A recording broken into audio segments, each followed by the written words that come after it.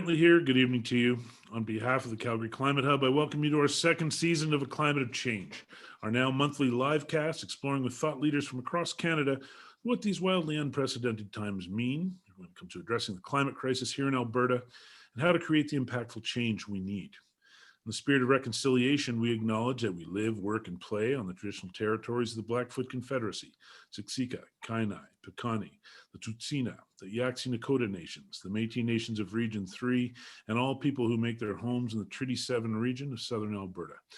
I'd like to also make a second land acknowledgement on behalf of another group of folks that have a stake in this land that we stand on today, and that is our children, our nieces and nephews and grandchildren, and all future generations.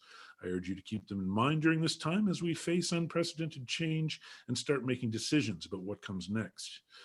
For those of you watching tonight via Facebook Live or on the Zoomcast, please feel free to post some questions for our guests, and we'll get to, our guests singular, we'll get to as many of them as we can.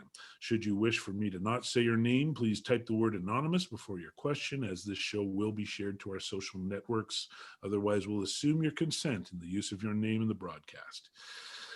I want to say that this is a special episode of A Climate of Change, but I feel like I might have said that about our last few shows, and maybe that's what we do here is special shows.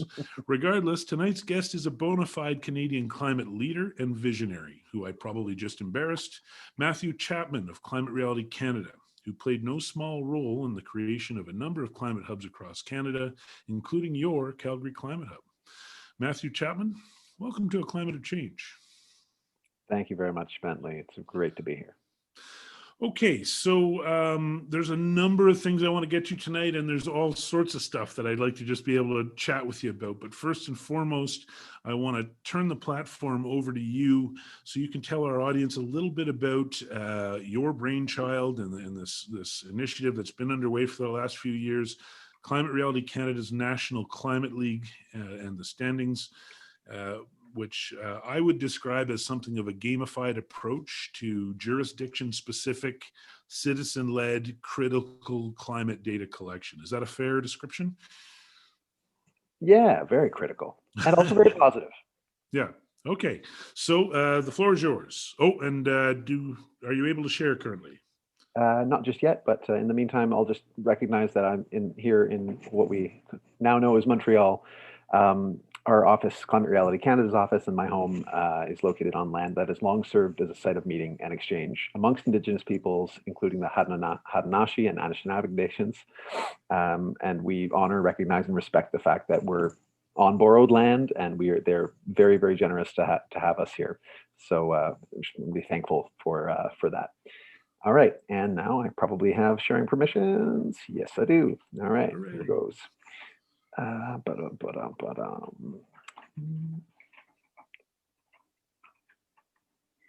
right, so yeah, I've never done this before, and what I'm going to do is a little bit of a backstory, and I think it's relevant to the Calgary context. So that's why I'm doing more backstory than I would usually do in one of these presentations. And I think the key word that I think is cross-cutting is resilience. That being what I've witnessed in my life, among my family and in my own life, and what I think we all need to come to grips with and say, you know what, times change, lives change, economies change, jobs change, and we don't need to be afraid of that. We need to embrace it. We need to be happy to learn, happy to grow, happy to try new things. And for some of us, we've come from backgrounds that have taught us how to do that and have forced us to do it in some cases, and others have not. So I just want to share with you my story before we get into some of the other kind of more climate related stuff. So here goes. Grandparents, my mom was born here in the southern Italian town on a hilltop farming. Her parents both in the farming community. My dad born here in not far from Belleville, Ontario, in another farming community. So they, as farmers from very different places, were resilient and started a new life together in Markham, in the suburbs of Toronto, which is where I was born.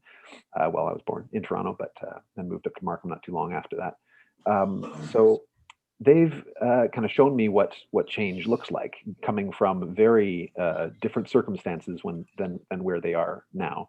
Um, this is my grandmother bringing some of her farming expertise to Canada with her, and my grandfather, unfortunately, he used a good deal of bitumen in his daily work as a paver, and actually passed away prematurely of lung disease, among other things, due to the amount of tar inhaled. So, yeah, coming from that experience, this is my dad's family, and believe it or not, this is the pretty much the whole family.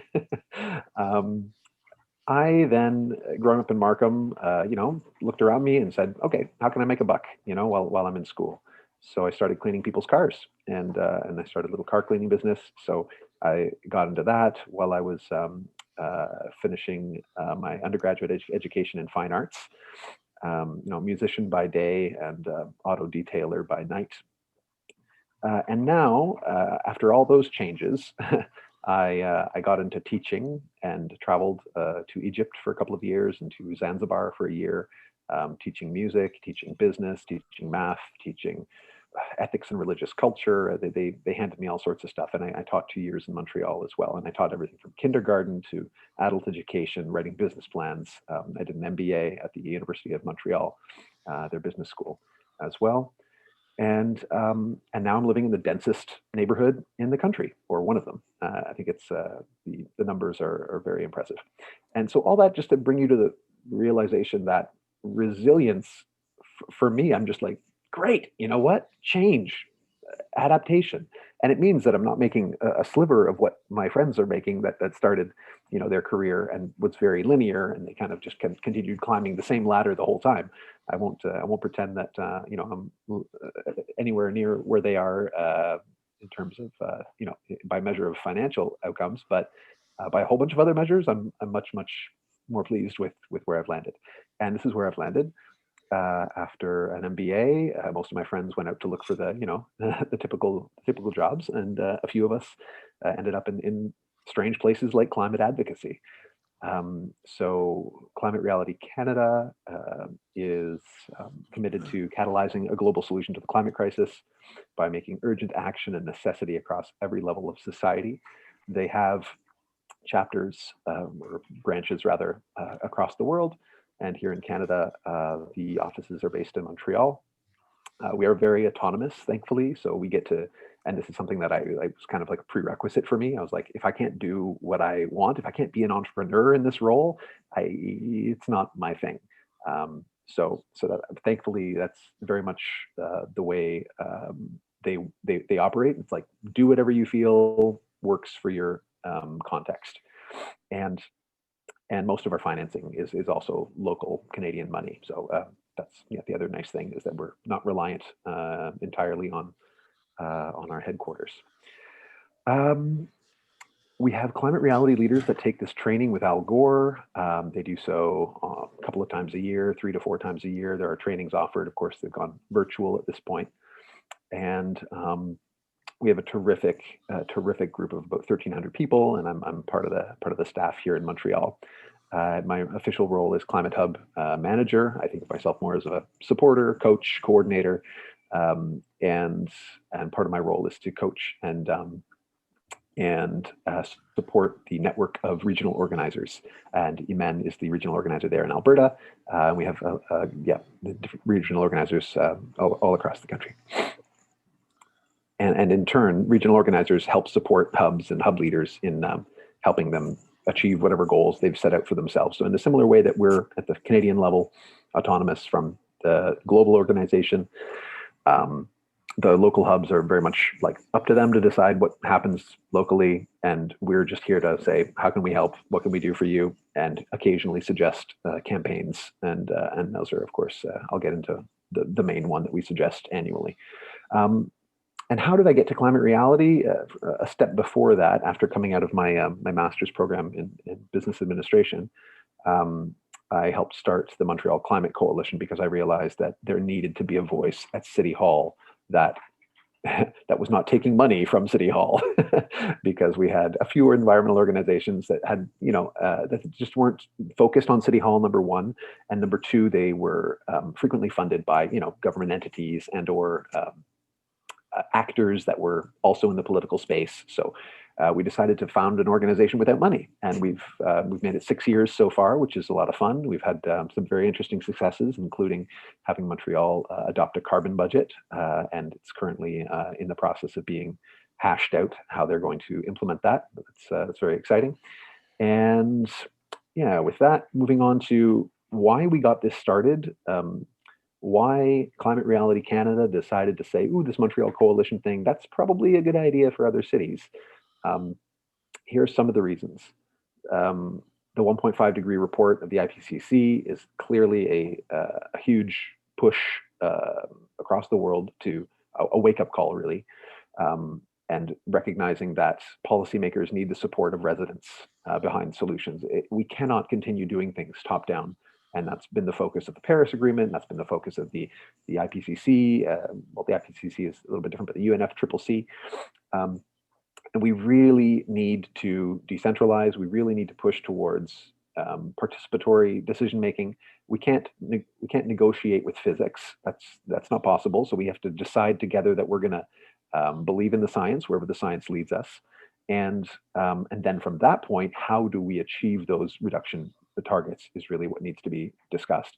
But it needs to be discussed broadly. And that's what I love about the community conversations that are going on in Calgary and Toronto and Montreal and in other cities as well. That is exactly the recipe for pulling people together around solutions. Edmonton did a great job of deliberation on developing their climate plan as well. And I will just note that this toque of mine here is a relic from my trip to Edmonton a couple of years ago. I didn't pick up an Oilers toque. Sue me. Sorry. Okay, so you can see those, and maybe you can read them later. They're also in the National Climate League's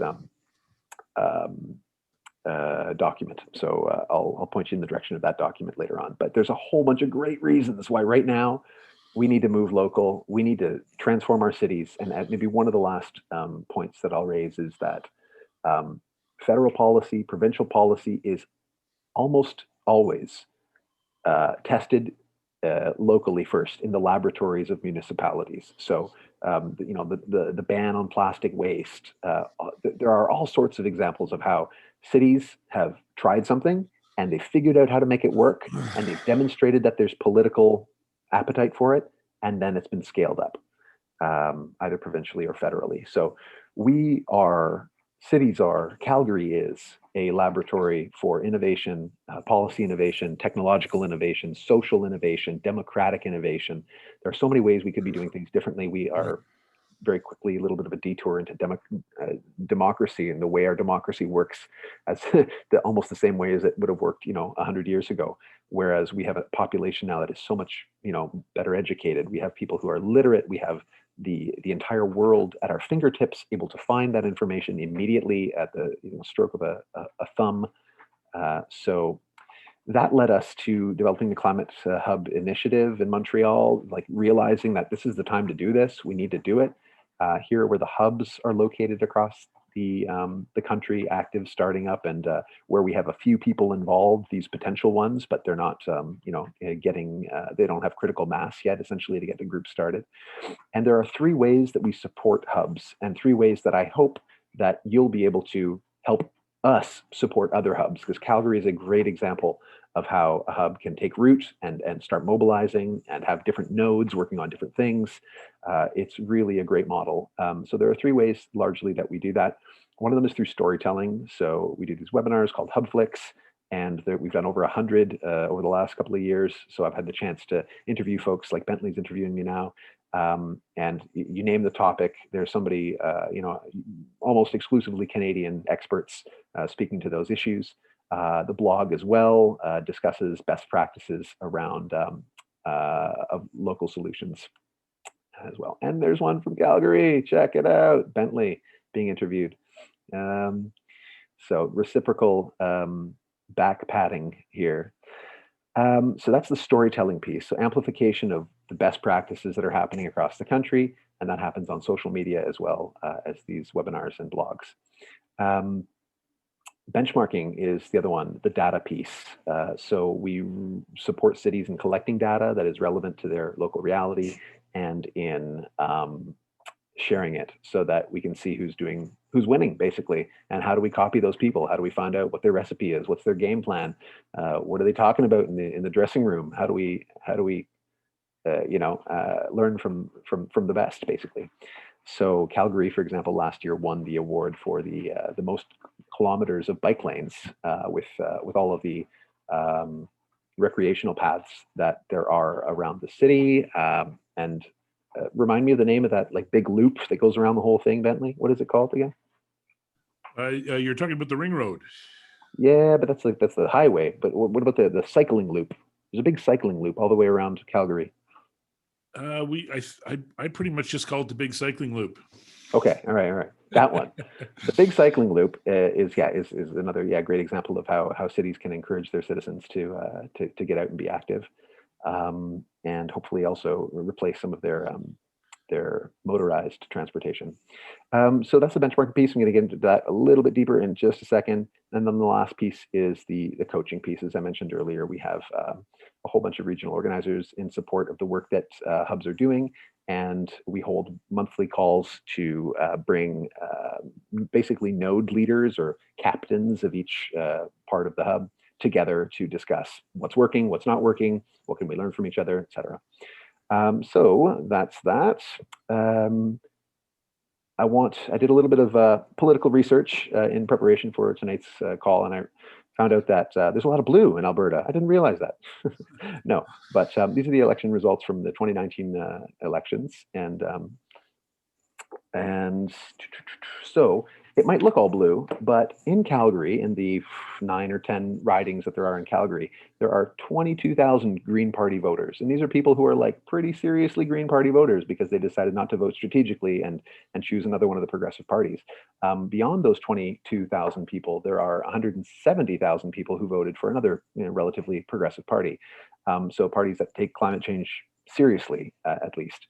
So when you feel alone, when you feel like your back's up against a wall, when you feel like 75% of people are against you, or not against you, but not in line with the latest science, I'm sorry to say, then just remember that there's another 25%. There's still a very large number of people that, if mobilized and if engaged well, and if you propose to those people effective ways to get active, there's some really exciting things that can happen. So that's, I just wanted to mention that. This is the data collection piece called the National Climate League. And I'll put a link in the chat to download it later. But essentially, we go through the country and say, okay, what are the strengths and weaknesses of each city based on the data that was submitted, and which cities are doing the best. So for North Vancouver, for example, green buildings. For Calgary, bike lanes. For Halifax, they took home a whole bunch of prizes this year: waste management, to urban agriculture, green space, and air quality. And then it gets into each individual indicator farther down here and talks about who's doing what on affordable housing. What has Montreal done to make sure that its housing is affordable, et cetera. And we could get into the nitty gritty of that. The other data piece, this is kind of like in between the two pillars that we provide to support hubs: data and coaching. This is a database that we provide to hubs, and we encourage them to use something like this, if not this model exactly, but collecting data locally so that you can mobilize the organizations in the city, so that you can display all of the projects where people can get involved. There's a one-stop shop for every project that you want to get involved with, every opportunity that there is to volunteer. It should be centralized. It should be easy for people to find. It should be a quick description of the project and an email address to send a message to, or a Facebook link, or whatever the case may be. Stories that the hub has collected, ambassadors that the hub has mobilized, so diversifying the organizations or the voices within the hub, and ensuring that you've got the engineers represented, and you've got the religious folks represented, and you've got the farmers represented, and you've got the young parents represented, et cetera. really important to actively and intentionally diversify your group such that you're not speaking to the choir, and that your recommendations when you go to City Hall are heeded, because you've done the groundwork, you've done the homework, you know where the common ground is between all of these people, such that there's a sufficient political constituency to say, we want to see this thing happen on climate. And then, of course, keeping track of the city officials, your relationships with them, and who's voting in which direction, who do we need to work on. Journalists, obviously making contacts and having relationships with the journalists who are already covering climate-related stories, and making sure that when you have a press release to put out, when you have a statement to put out, when you have a reaction to put out, that you're including those journalists in your email blast or whatever the case may be. And yeah, stats and links. I won't get into that now. All right, so that pretty much brings me to the standings are coming out on February 23rd. So again, I'll put a link in the chat that'll give you an opportunity to join that webinar. I don't think we have a time of day yet, but that'll be announced soon. So this is the 2020 version. I'm very, very excited about that. And I think that's it for my presentation. So we'll stop sharing, and really exciting to jump into conversation.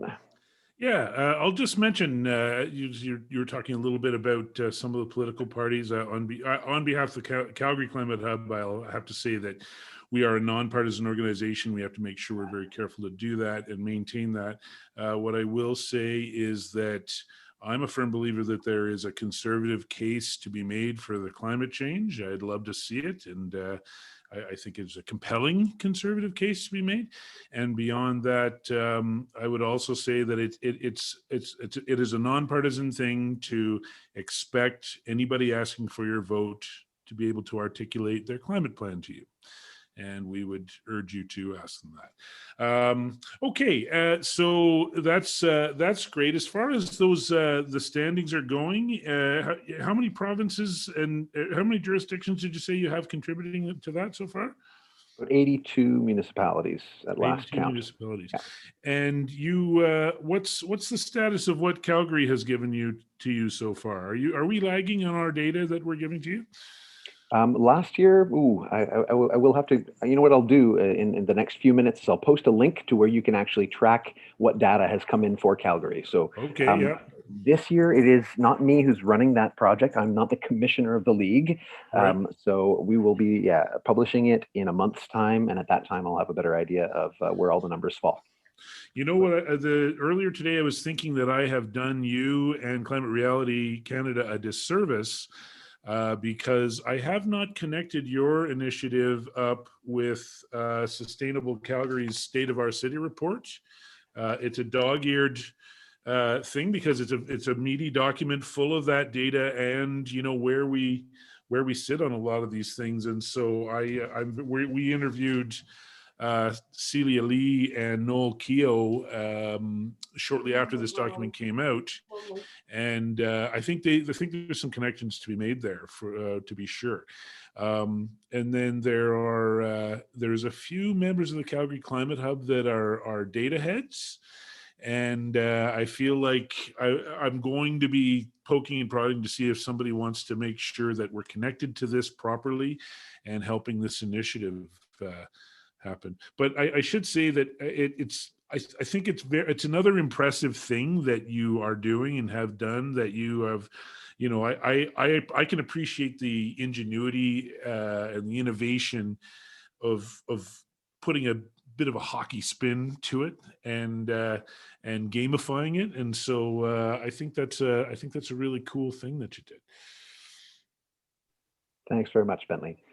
Yeah, we've had a lot of fun doing it. I've got to say, there's a reason that it doesn't happen across cities, and the Sustainable Calgary is a great example. Also, the Calgary Community Foundation puts together what's called a vital signs report, and there's a lot of climate relevant stuff in that as well. One of the things that I'll mention about our standings is that they're not the things we're measuring aren't exactly they're not climate on written across their forehead. It's affordable housing. It's right. Road safety for cyclists and pedestrians, the walkability of neighborhoods, the extent of the bike network, air quality. So these are things that average citizens, even if they are not, climate aware or concerned, are going to care about. And that's what we're trying to get out there, is that there are lots of reasons to care about this issue. You don't have to want to save the whales or Right. the future of your children. If you don't care about that, then you've still got these other very short-term gains. If you look at the way markets are responding to the transition, despite 4 years of a certain person in the White House, you've seen in the last 4 years a total reversal in terms of the way markets respond to the future. Are they are they believing in a fossil future or a renewable future? And we're very much seeing the evidence that it's the latter. So there are very good self-serving reasons to care about this more than ever. And this league tries to hammer that home. Yeah. I always just sort of, I tailor my argument, without it being an argument, to what I think are the motivations of that person. Like if the prime case to make is the economic case, then that's the one you make. If it's about people's jobs and industries and making sure everybody's working, that's another. And if they have kids, and that's important. And you sort of have to pick and choose what you're shooting at there. I want to we did post a little bit about the leagues on Twitter today, and we had Dale Culkins push back a little bit about the bike lane stuff. So what he said is, we crush the competition on recreational multi-use pathways, not bike lanes. We score poorly on the latter. And then we had Brandy Farrell, who said, this is what I'm talking about. We have amazing recreational paths, but that does not translate into active transport and day-to-day use. Also, the recreational are all but useless in some areas because they are not maintained in the winter. And the reason I bring that up is not to put you on the spot. It is more to identify that these standings are a work in progress. And that we're, I'm looking at the schedule of what goes on in a year with these standings. There's a rule review in April or May or something like that. Yes, that's right. And so, what I would like to communicate to the audience and Brandy and Dale, if they tuned in, which would be lovely, is just that, this is an initiative, a nationwide effort that we're putting in. And if there's ways that we can make this better, I know that you, Matthew, and the climate reality want the best and most adequate reflection of what's happening on the ground, right? Yeah, and that brings up one of there are 5 criteria by which we choose those indicators and by which the methodologies are refined. One of those criteria is the availability of the data. So if we could get data, granular data around, how many protected bike lanes or how many, and then where do you draw the line is the question. And we had to draw the line somewhere. Do sharrows count when you just put paint, on a road and say share the road with cars? It's easy. Is that going to count? And then you've got certain recreational bike lanes that do serve as transportation pathways as well. So it was difficult to decide, which recreational bike lanes to include, which recreational bike lanes not to include. And I will, grant that when you boil bike infrastructure down to one single number, it's going to be inherently imperfect. So right. I'm glad that we have it. I'm glad that I think in the context of the standings, if you read the paragraphs that accompany that chart that shows, the length of the bike lanes, there is a caveat that, listen, this is the best we can do with the data that's available and with the constraints that we're faced with. And that's okay, and that's one data point. It's not the be all and end all, but it helps inform discussion. And I would encourage folks to dig in. And actually, that's part of the goal, is to have people look at this critically. Look at it and say, what, that could be better, and to take it to City Hall and to say, what, we need to be better. We need to do this. We need to do that. It's not about publishing the gospel truth. It's giving people a starting point for discussion. So switching tacks a little bit. You're part of what made the hub happen. between you and Alberta Ecotrust. It's a story that I quickly. The story that I tell is there was another group called Sustainable Calgary that I had been a part of, and it had to fold for various reasons. I was looking around amongst people I thought were bona fide change makers on where to go. I talked to Dr. Joe Vipond. He said, well, I'm going to check out this Calgary Climate Hub. Why don't you come with me and check it out? And we did, and we hit the ground running, and we never looked back. This is the group for me. And so, it's significant. If all that you did was you just set this up here in Calgary, you've done something important, and I'm grateful for it. And I guess what was it like to, at the beginning of this, look out across a whole country and say, okay, we've got to start planting these hubs, and then just going out and starting to do that? What can you tell me about that? Capacity-based organizing is I think one of the key pieces, and that means simply go where people are responsive. Like we can't go where the ground isn't fertile. And what we found was in cities with relatively recalcitrant councils, that weren't really interested in taking serious action on climate, we had a lot of citizens step up and say, you know what, if nobody else is going to do it, we're going to make sure something happens. So yeah, that's how it got started. And we, as Climate Reality, we have trained members. I think at the time we started the initiative, we might have had 500 or 600 or 700 people across the country. Now we've got approximately double that have taken this Al Gore training, and that provides us with a base of potential members. And we say, hey, everybody living in Vancouver, everybody living in Calgary, everybody living in Ottawa, do you want to work on this problem? The problem is cities not taking action at the speed that it needs to be. And urban centers have some of the highest potential for action because of mass transit and all sorts of other ways that you can save energy through some very interesting district heating stuff. I know that there's some of that in Calgary. I remember passing by one of those buildings when in the city. Mm-hmm. Okay, I'm trying to think about what direction I want to. There's some standard questions I want to ask, but like there are sort of big picture climate hub. I promise to keep my answers so short that you can go. You can do it. Fair enough. Well, I guess one of the themes of this show actually is to try to understand global events from a climate lens. In fact, to see everything that's happening through that climate lens. And so one of the questions we routinely ask is, what teachable moments might we take away from COVID for climate? And I'm going to expand that question now to also include January 6th, the Insurrection Day. What do you think we can take from moments like this? This reminded me a lot of 9/11, January 6th did, in that you would get a text saying, hey, turn your TV on. What channel? Doesn't matter. Oh, and everybody, if you have a TV and you have freedom of motion, you watched for a little while and just scratched your head. And even if you had totally predicted something like that, it was something to sit and watch. And it's another one of these global moments that we all participate in. And so, what takeaway, if any, do you think there is for climate from those events? I took your survey on Twitter. I answered that science matters.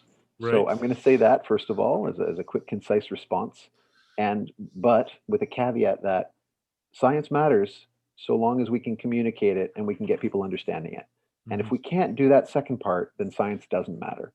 And the way you'd get that second part, from my perspective, is from the experience that that I've come through in the last 5 years working in this space, and 8 years volunteering, is through democratic participation. So the more you have doors open, the more you have transparency, the more you have opportunities to see what happens, behind historically closed doors, the better the chance that people are going to trust what's happening. We can't continue going top down without going bottom up as well. And there are great reasons for doing that. Collective intelligence being one of them. The fact that I know some of the biggest cities in the country don't have the resources to do the research necessary to find the best practices. The world is too big. They need help. They cannot pay every single salary that's necessary to do that. So in many cities, I would say without exception, they need help finding those solutions. And that's one of the ways that you can engage people in democracy, is to say, we have this problem. This is what the science is telling us. You want to poke at the science? Great. Let's hold a town hall to discuss this little piece of the science, that little piece of the science. That's where resources should be going, because we need more buy-in. We need more trust. And if you don't have trust, then you can't just take the IPCC's word for it. A lot of people are disillusioned with global, government, global decisions. But it's the only way we're going to solve global problems is, we need to do both that really important global work and the absolutely essential local work, particularly in democracies. China can, snap their fingers and decide that the sky is red tomorrow, and everybody will say, yes, the sky is red. But but in much of the rest of the world, we need to get people on the same page. We need to get everybody educated, up to speed, understanding that science matters, and that it's real. So, sort of a crystal ball question here, but given COVID, and then given what we're now hearing out of the new president in America regarding climate, we're hearing about jobs programs, we're hearing about all related to climate. Do you think we've turned a corner here? Is climate going to start to be the big thing that you and I have been waiting for? Are we getting there? Yeah. No, I mean, I would say yes. I think I do think the Paris Agreement was that moment, and there's been pushback, and there's been convulsions, and people kind of bucking that "don't tell me what to do" kind of top-down approach, and that's why we've decided to go bottom up. It really needs to happen on both levels. So.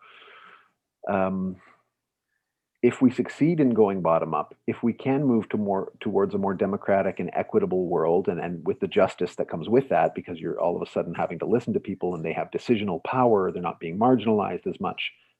If we can get money out of politics, if we can get less money kind of flowing through or being able to influence what happens, I think that's positive.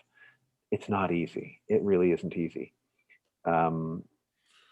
But that's why I believe in initiatives like the Climate Hub initiative, because we're encouraging citizens to step up and say, nobody else is doing this. I'm going to do it because I believe in it. And I think that's where we're going to see the biggest strides forward. Is it the moment? When's the moment? Again, if you watch the markets, the moment has come, and the transition is going to be hard on some people, and for those that are looking into the future and believing in what the science tells us, then I think we're gonna see that trend continue. Yeah, I think about I talk frequently with climate minds a lot greater than mine, and when all is said and done, I think I had got used to saying the three big moments in climate of the last decade were Obama signing the Paris climate agreements, Greta Thunberg, and now we're moving into So the third thing would be China spending the money that it did on solar and bringing the cost of solar panels down. But then I think COVID starts to come in there, because if every country has to rebuild and reform, it's just going to be a factor that people are going to want to build the right stuff instead of rebuilding the old stuff. That's the way that I look at it. But before we're going to go to a few panels for a few questions, and I still got a few more things I want to hit you with. But before we do, I just want to say a few words about the folks that keep the lights on, and so it'd be the Alberta Ecotrust and the Calgary Climate Hub. So, and by lights, I should say electric powered fully sustainable lights. But on behalf of the Calgary Climate Hub, I'd like to take this moment to recognize the support of the Alberta Ecotrust Foundation, whose grant programs have helped bring forward so many great Alberta-specific environmental initiatives, including this broadcast. They're a group of very smart people that care about the right things, and in my humble opinion, they'll only become more and more important to this province as time goes by. I'd like to mention another piece of work your Calgary Climate Hub is working on these days. And I'll start with some words from our co-chair, Dr. Joe Vipont, who is saying that as we work towards an economic recovery and diversification, more companies are demanding decisive action on climate. Having our electricity generation net zero would send a clear signal that Calgary is serious about the climate crisis and entering the green economy. As such, the Calgary Climate Hub is asking its membership, and indeed Calgarians everywhere, to consider signing a letter asking NMAX to a target of net zero emissions by 2050. I'll read just a little more from the letter. Dear Mr. O'Connor and NMAX Board of Directors, as citizens of the City of Calgary, NMAX's sole shareholder, we call on NMAX to declare a net zero GHG target by 2050. This will make NMAX's business compatible with Canada's net zero by 2050 target, Canada's obligations to the Paris Agreement, and our responsibility to ensure a stable climate for future generations. Investors are increasingly demanding real, measurable action on mitigating climate change. As citizens of Calgary, we deserve the same from our municipally owned utility.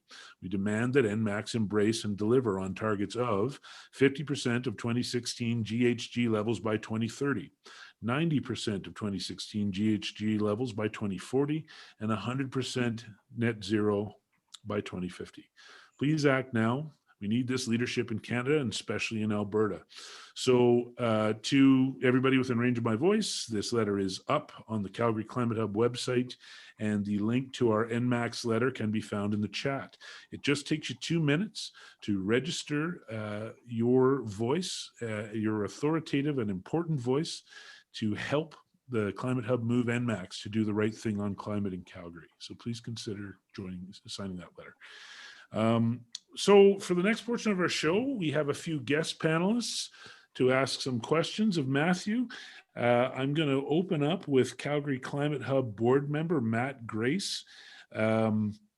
I should say Matt Grace had mentioned he's a very smart guy and a data-minded guy. And when I knew that we were having Matt on, Matthew Chapman on board, I wanted to bring on our board member Matt Grace to be able to ask you a question. I see he's there now. Hello, Matt. Hi, Matthew. Great name there. Great chat. Thank you very much. I just heard Steve saying very intelligent guy, and then the stream cut out, so I thought it can't be talking about me. I've got a really simple question. Obviously, I love everything that's been done here with the data, but how can we use this data to actually affect real change? So how can we take all this amazing information that's been collected on where we live and our performance on this whole range of aspects of climate? How do we actually take that and use that to get the change that we need to see?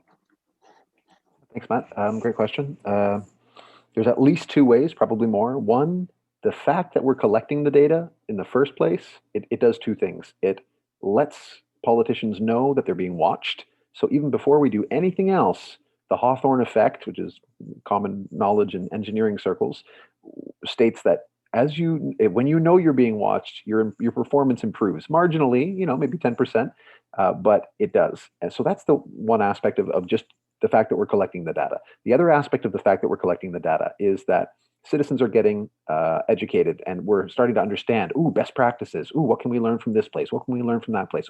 I never made the connection between affordable housing and climate action. What's that link? So there's an action of education and building that knowledge and understanding of co-benefits.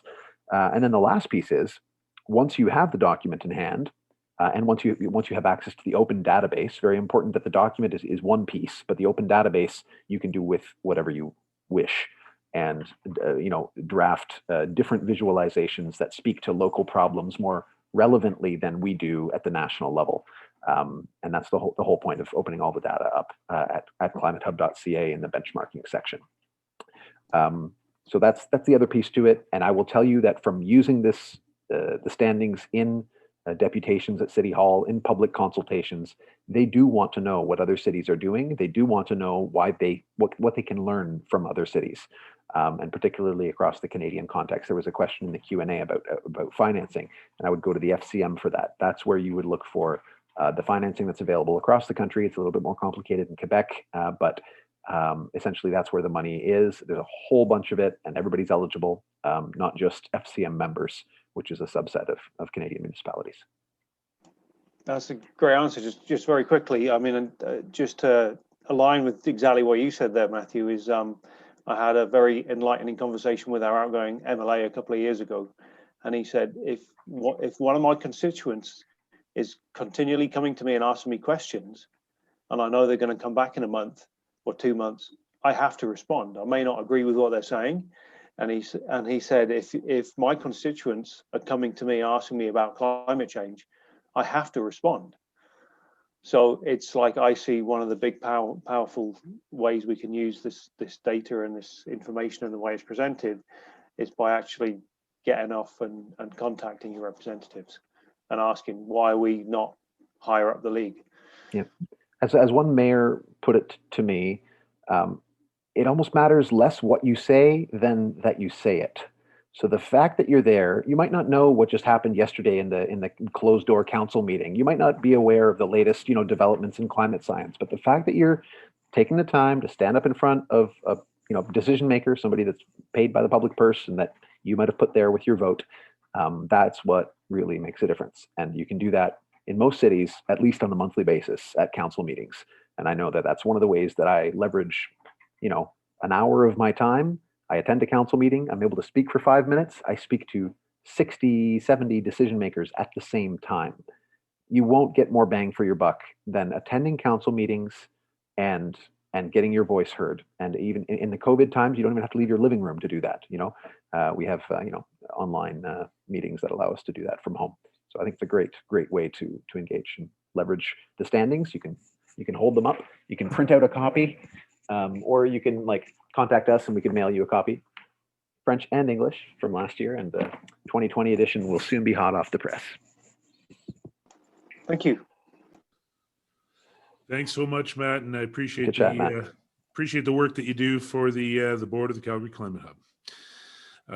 So for our next guest is a great, relatively new addition to our Calgary Climate Hub team, and I felt it might be interesting for Matt, again, who played no small role in the formation of this Calgary Climate Hub 3 or so years ago, to meet one of our new members, or newish members. And so that would be Kat Ngog. I hope I've never said her name out loud. I've talked with her many times, and I realize that I've read the emails many times and I've seen the name, but I'm not sure if I'm saying it right. So we'll find out. We'll find out how my articulation skills are. Hello, Hi, Kat. Steve. Hello. Thank you for the introduction. Yeah, it's Kudungog, but we can go over the rest of this session on exactly how to go about pronouncing that. So that's all good. That's all fine. Anyway, Matt, it's great to meet you. Thanks for joining. And I have a bunch of questions, but I'm just going to stick to one and try to be as succinct as possible. So I know that we've talked about how cities can't really fund a lot of these initiatives just because of capacity issues. We talked about this bottom-up approach in terms of addressing climate change. And then my immediate kind of thought goes into financing and the philanthropic space about how to fund these initiatives so that they can actually grow to scale. Currently, as it stands in Canada, only 3% of philanthropic funding goes to environment. And that kind of signals that government can't fund this, corporate doesn't identify right now that there's a market for it, but yet in philanthropy, there's still not enough support to get these initiatives to scale. So in terms of what Climate Reality is doing, and maybe in your just personal opinion, what can we do as citizens to signal to philanthropy that there needs to be more financial support and technical support to support these grassroots initiatives in order to scale? Yeah, great question. In my experience, and in Climate Reality's experience, philanthropy is on board. I mean, not everybody, but a lot of foundations are waking up to the like, ooh, this is systemic. You know, if we get this wrong, everything else falls apart. So we can't ignore it. So that's happening. In terms of will philanthropy step in to do some of the heavy lifting? I don't think so. Um, I mean, maybe, but I think the argument that governments cannot do it is a little bit disingenuous when you consider that when you consider the COVID pandemic, you know, all of a sudden money is flowing from the heavens. You know, it's pulsing through the veins of everybody's bank accounts. And I know that that's not a solution long term, but for example, the creation of a bank whereby the like a public bank that would not charge interest on loans for um, climate solutions, essentially. These types of multi-billion or trillion-dollar solutions will not come from philanthropy.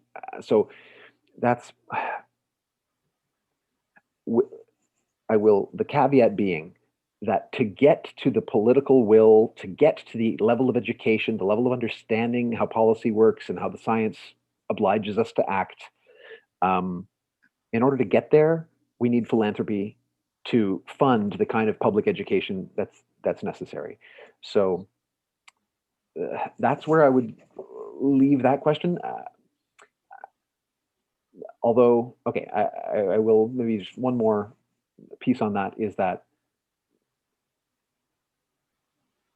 executive directors, those who really take care of the finance of charities and of NGOs, they do need to do some work, in developing those relationships with foundations, in making the argument that this is systemic and this is part of the like non-negotiable things that we need to get right.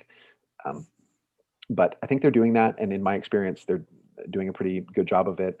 Maybe you're familiar with the Canadian Environmental Grantmakers Network, but that's a place where those kinds of discussions are happening, and I think they're doing a pretty good job of reaching into the foundations that haven't yet necessarily considered environment and climate in their funding priorities. Yeah, and I mean, that's an amazing answer. And I guess just to follow up with that, we talk about government, they do have the capacity to fund climate change 100% and all these kind of grassroots initiatives, and there should be some sort of fund allocated to that, which there is. But as I would say, unfortunately, climate change, certain parties are trying to advocate that it's a partisan issue.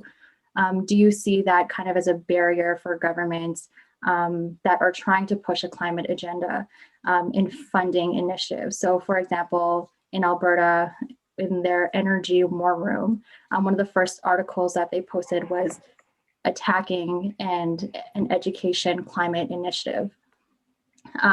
Therefore kind of making it and pushing it to be a partisan issue. Do you think there's a barrier there in terms of, or how can we alleviate the perception of climate change being a partisan issue? Maybe is a better question to ask. Yeah, I think we look at best practices. I think you can look at, for me, the kind of gold standard is the way the UK has done it. You'll find both sides of the aisle in the UK really committed to climate action, and they might not act at the same level of ambition, but they're both, at least verbally, very committed to it. They're not pandering to, industry or anything like that. And one of the ways they've done that is through climate change accountability, climate budgeting, and what's called the, I think, My 2050 calculator. If you were to Google that in the UK, what they've done is it's a simulator, kind of like En-ROADS, En-ROADS. It's another simulator, more at the local level, but the UK My 2050 calculator simulator predated that by 5 years or something like that. And it allows people to play with the knobs and say, okay, what if we, all switch to electric cars, flip that switch, see what happens to, the goals that we're trying to achieve. And that comes back to, and I'm sorry to, everything looks like a nail because I'm carrying a hammer, but it comes back to public engagement, public participation, democratic participation. And when we give people tools to explore the reality and understand what's happening, then it's going to become less partisan. And you'll see climate policy that is empirical and based in, as best we can, good GHG inventories and demonstrations of modeling that are based on those inventories. There's interesting research coming out of Toronto, the University of Toronto, with Environment Climate Change Canada, working on much more granular inventories, which are going to allow us to make better informed policy decisions. And right now, there's a lot of kind of shooting in the dark because our inventories are so poor, and because we do them so infrequently, and because they're not very granular. So we can improve immensely the transparency around the way decisions are being made, and give citizens an avenue to participate in those decisions. I think that will depoliticize or partisanize the issue. Awesome. Perfect. Thanks, Matt. Thanks for joining us, Kat, and thanks for the work you do for the Hub. You're appreciated. No problem. Thanks for hosting this, Steve. Oh, you bet. I couldn't dream of doing anything else. Awesome. Okay, so Matt, we've got a few more questions I want to hit, so we may just keep this sucker rolling if that's okay on your end. Actually, I should mention that on the Q&A, you probably saw it. I'm just going to read this from Erica Marzanato. Hi, I saw there's a hub starting up in Whitehorse in the Yukon. I live about 500 kilometers away in a place called Dawson City. I'm wondering how to go about connecting with this crew, or if it would be worth it to start up a hub in my town. Thank you for your time tonight. So, this is just a sort of show that we're putting on in this place or on this show, and apparently we've got people tuning in from Yukon. What would you recommend for Erica, and looking, would it be she should start up maybe a Dawson City Climate Hub? Yep, that's what we definitely recommend. If there's not an existing organization in your municipality that is willing to take this on as part of their existing mandate, if they're not already doing it, or if they're not willing to take it under their wing as part of what they're already doing, a new organization is warranted. In Montreal, it's a very, very busy ecosystem of environmental organizations. It's a very ecologically, aware city. And even then, we did not have an organization that was consistently going to City Hall and saying, here are solutions that have been vetted by a broad cross-section of the population. So that's what we decided to take on as our mandate. And yes, there are still a couple of other organizations that lobby at City Hall and that try to push green agenda, but they don't have the diversity that the Hub, the Montreal Climate Coalition has. So I would say that if that does not exist, if there's not an organization doing that kind of work, and if an organization does not exist that wants to take that on, I think it's always best to start with a structure. So don't reinvent the wheel if you don't have to. But if you do, then go for it. And sometimes that can be liberating as well, not to have the yoke of historical, organizational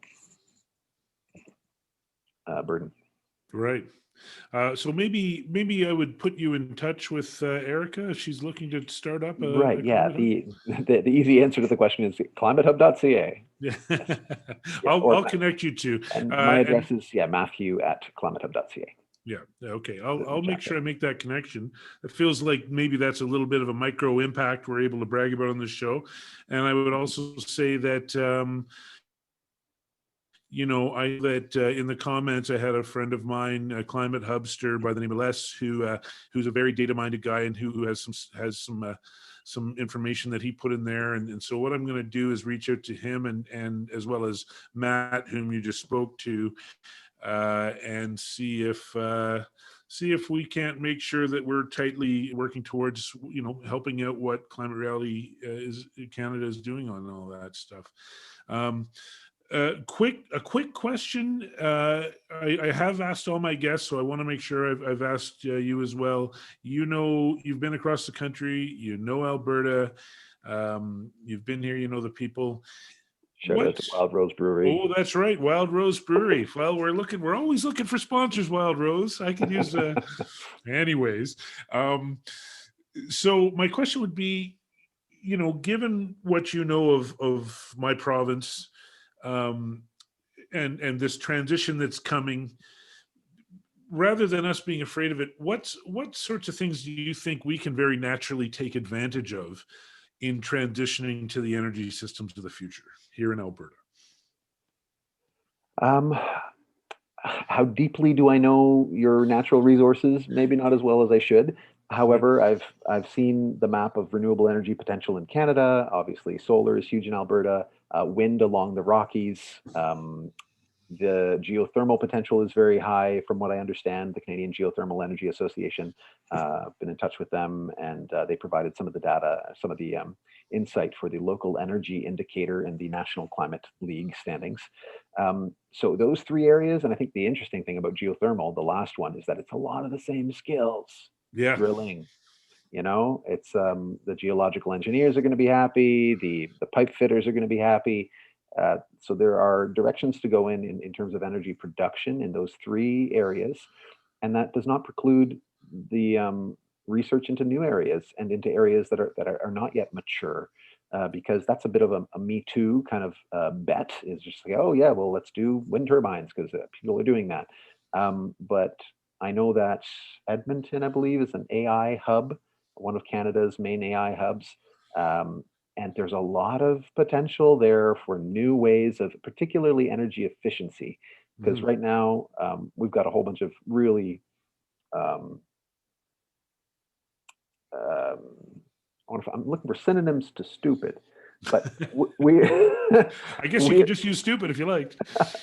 We have, as a society, Canadians, the world really, we use energy really inefficiently. Right. And there are a lot of better ways to do that. And artificial intelligence is one of those ways, for example, around autonomous driving being one of many examples.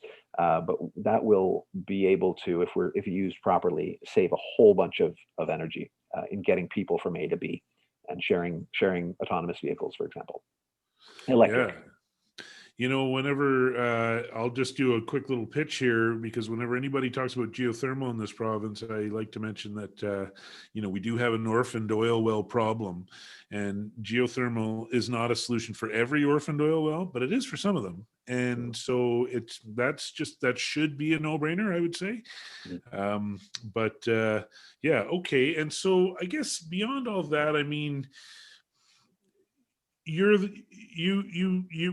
Climate Reality Canada, you ran with the ball and created a bunch of hubs. Here I am in Calgary. I'm with one of those hubs, and we're working hard, and we're trying to move the ball. And so I feel like now's a good time for me to just say, what do you want? What else do you want to accomplish here? What's the next steps for Climate Reality Canada? What should the hubs be? What should all of us hubs be thinking about so that we can work together to create these impacts that we want to create moving forward? Yeah. We are in a strategic reflection process right now at Climate Reality, like where do we want to go in the next 3 years kind of thing. I gotta say, it's gonna be a lot of the same that we've done so far. It's just like building community around solutions. If I was to reduce it to that would be it. Because once you're in a community and once you feel like, oh, this is fun, I'm finding connection here, I'm working on something that's meaningful, it's aligned with, oh, science, that's nice too. If we can get, 1 million, 2 million Canadians at that point where they are meaningfully contributing to some local solution in their communities, and I would say that there's probably a couple 100,000 already. I think there's a lot of people out there doing stuff that they might not even think of as game changing, but there are a ton of people working on it, and we want to encourage that. I mean, I think that's the future. Is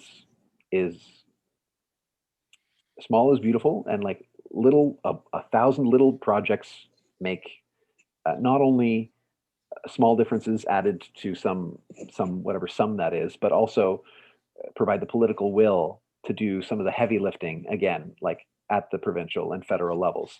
And people are going to get on board when they are optimistic. When you see somebody who's pessimistic or is afraid of change, maybe not a very resilient personality, or hasn't come through experiences that have forced them to be resilient. So so people tackling small projects, winning, and continuing to grow those projects to bigger and bigger impact.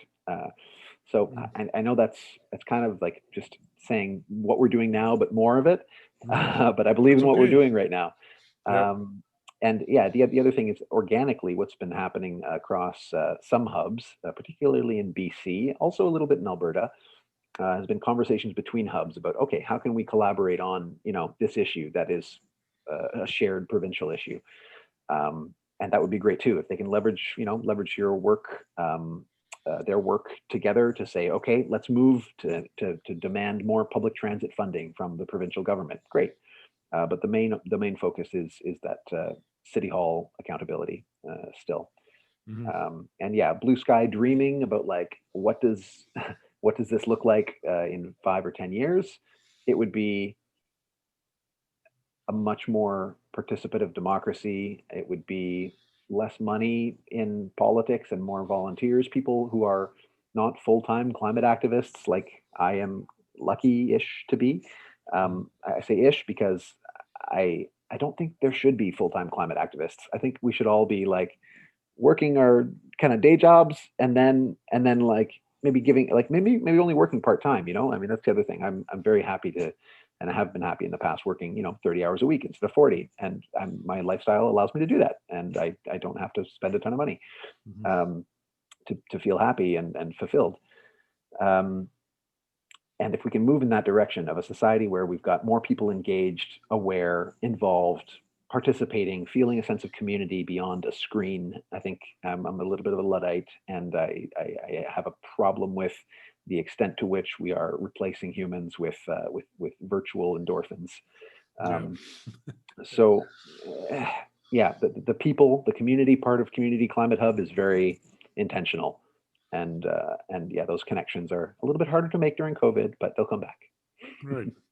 Well, speaking about community, one of the questions, another question I'm increasingly asking my guests, and has more and more importance because it does tie into the other piece of work that I do, which are those community climate conversations, are about local initiatives at the community level. And so I know that what we do. I'll just remind maybe some of our attendees who may not know, we have an event series called the Community Climate Conversations. We go to communities across Calgary.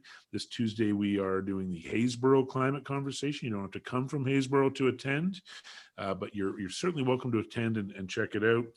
We bring in a series of experts on climate change or on climate issues and climate initiatives and projects, and just subjects like electric cars or cycle lanes or renewable energy. And so we have a great big conversation there with folks from that community and other folks who tune in. And from there, we have a second event called the Activation. The Activation is for people from that community who want to advance climate initiatives in their community, so in Haysboro in this case. And the question that I have for you, Matt, is, when I go attend this second meeting and try to work with this smaller group that's focused on this important change, I like to be able to, it's kind of like there's a whiteboard behind me and I'm saying, what sorts of things are you interested in? Renewable energy. And then it has to be broken down to initiatives that they can actually work on that helps get into that renewable energy. And so the question that I'm asking really is, are there some initiatives that you're seeing happen at the community level that, really strike a chord for you and that might be of value for me to present to these people when I'm offering them ideas that they can start to move forward on at the community level? Are there things that you saw and you see on the news or in the internet or something and just go, wow, that's a great idea? Why doesn't every community do that, for example? Yeah, the list is way too long. Yeah. I will Send me the say list that- anyways. Yeah, one of the things in response to this question and the previous question, one of the things that I would absolutely love to have, and I've been nudging and noodling and needling hubs to get a current list of projects on their websites, such that any volunteer in any city in Canada, any potential prospective volunteer could show up on their website and say, cool, I've got 10 projects to choose from. Right. So the Montreal website has a list of projects. Other sites have lists of projects, but it's definitely not across the board, and those lists are definitely not comprehensive. So that's something that I've been really nudging hubs to do, to centralize opportunities to get involved. And in terms of like the coolest things I've seen, I would say I've seen some really interesting, like it depends what you want to get involved in, but I've seen community geothermal projects where like a neighborhood decides that we're going to make this happen, and they get 10 families together and they put $1 million on the table, and or whatever, however many families, not however much money, and they dig geothermal for their community. Like that's really cool. Another thing I'll mention is land trusts, and this goes back to the affordable housing thing. When people have their backs up against the wall, trying to pay debt, trying to pay down a mortgage, what have you, that prevents them from caring about other things. We have a limited capacity to care about stuff, and if we are pinned against the floor trying to dig ourselves out of debt, then we don't have a lot of bandwidth for longer term issues. And one of the solutions, or one of the problems leading to the unaffordability of housing and the fact that so many people are in that position, is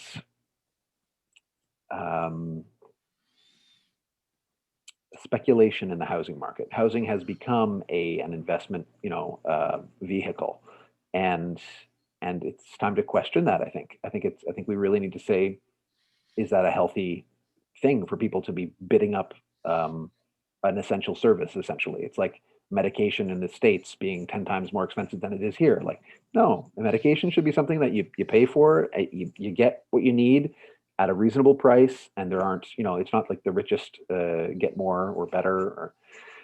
So in order to address that speculation, there are a bunch of ways to do it. Cooperative housing, land trusts, those are some really exciting solutions that really flip what are the priorities of the people in these communities.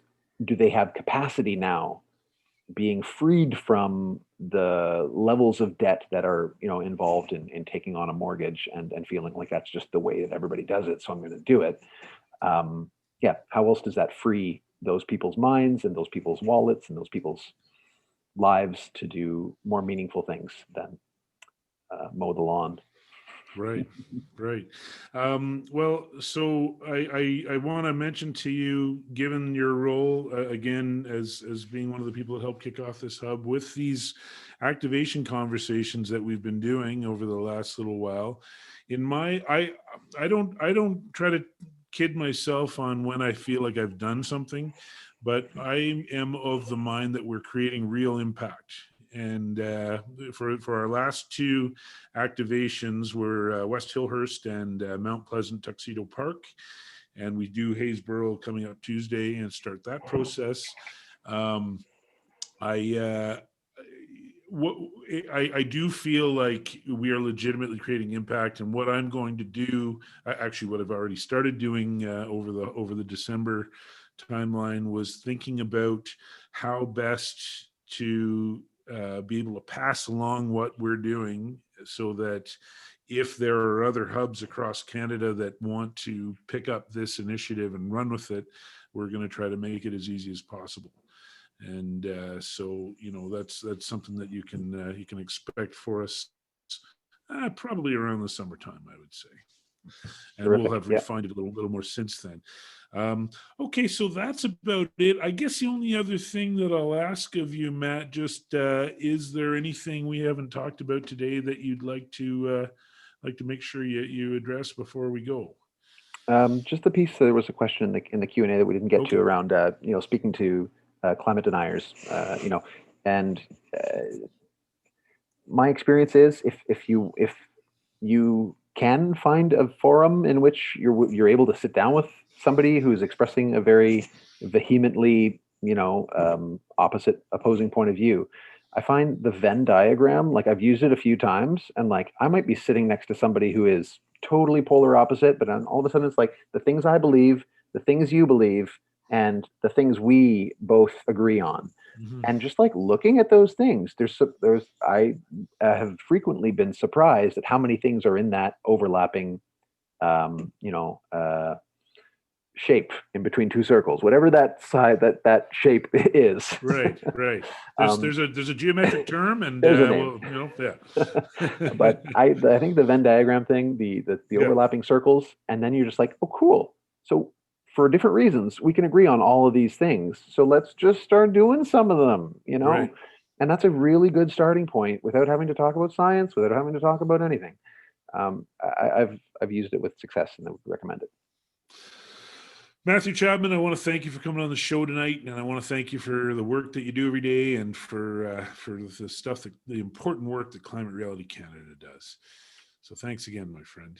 Thank you, Bentley, for having me on. Thank you all for being here, and have yourselves a wonderful evening in Mountain Time. And I should mention that while we were plotting out this show and I reached out to Matt, there was some talk about when COVID has subsided and it's safe to do so, that we do an electric bike cross-country rip, checking in on the climate hubs. Oh, yeah. And plotting and scheming to fix this climate crisis. And, if somebody wanted to fund a documentary along those lines or something, you got a few bucks to spare for that kind of adventure, I promise you it won't be boring. So I'll just leave that on the plate for whomever wants to pick that up. Beyond that, I will mention if you liked this Climate Change episode, you can find the links for the entirety of season 1 in the chat. And I'd like to again just reiterate that we're immensely grateful for the support of Alberta Ecotrust for season 2.